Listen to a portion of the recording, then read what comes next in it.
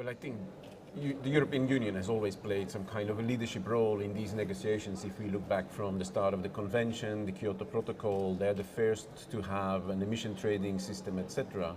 And people are still expecting that kind of leadership role from Europe. However, they are not capable of playing that anymore, partly because of the internal division in the European Union. But if you look at the pledge or the quellro that the European Union is preparing for the second commitment period of the Kyoto Protocol, that quellro is not showing any ambition.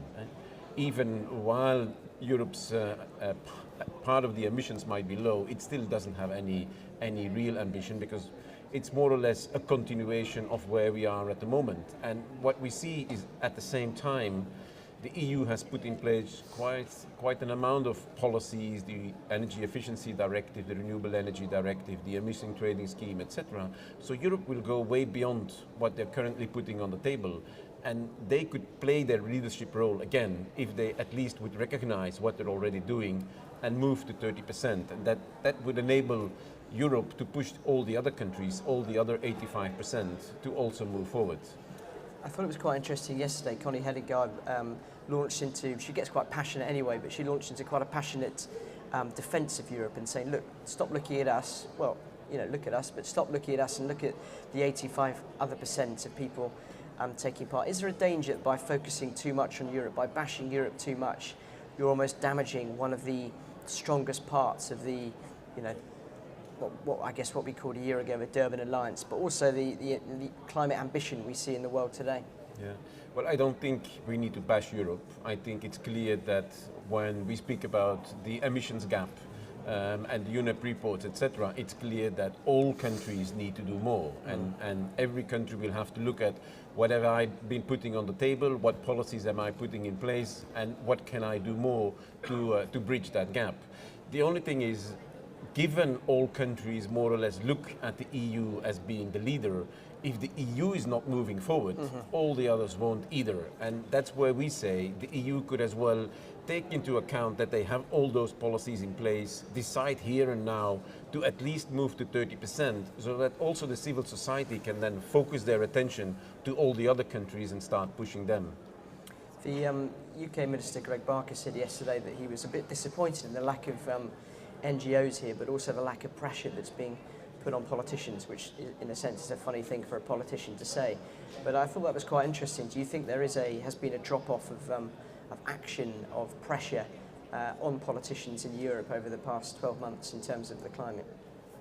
Well, I wouldn't say that there is a lack of pressure on the climate, but definitely for NGOs there is quite a it's a difficult discussion about how we approach these negotiations, because the lack of progress that we've seen here, the lack of progress that we've seen in the discussion about 30%, with the Polish government holding strong onto vetoing any progress that can be made, has made that people, NGOs, have been focusing on other battles. I mean, we've put a lot of effort into the Energy Efficiency Directive, which now has been achieved. It started officially, it was published today. This is going to have an important impact on the emissions in Europe in terms of real savings. So I think the attention has been shifting a bit away, but it's clear that towards 2015, when we might get this new deal, or that's at least the intention, that people will get interested again, and that the UK minister and other ministers will feel the pressure also regarding this process.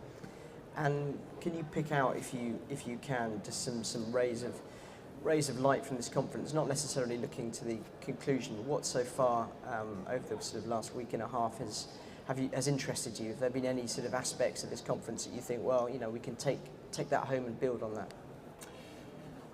Well, there's a couple of things that I would say that could be interesting.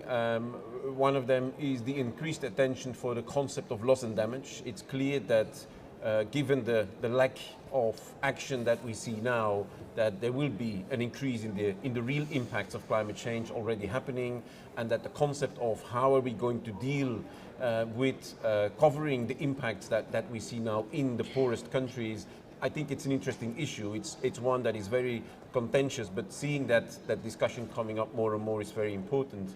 Secondly, I see that there is, at least from a number of countries, still an interest to tackle the ambitions gap, to tackle the gap that is still left in order to ensure a minimal damage from climate change. And the small island states have put certain proposals on the table. We're hoping that it will get support. It has gotten already some support, but at least we see that these issues are being discussed, and we hope that more progress can be made. But definitely, Doha is not going to deliver anywhere of what we need. And what for you is going to be the role of Can Europe in the next 12 months? Let's just take it that Kyoto Protocol 2 is signed off to whatever caveats are in there, and we get some progress on other issues. What's going to be your kind of focus for the next 12 months in the lead up to, I suppose, what we expect, looking over there, is going to be a conference in Warsaw?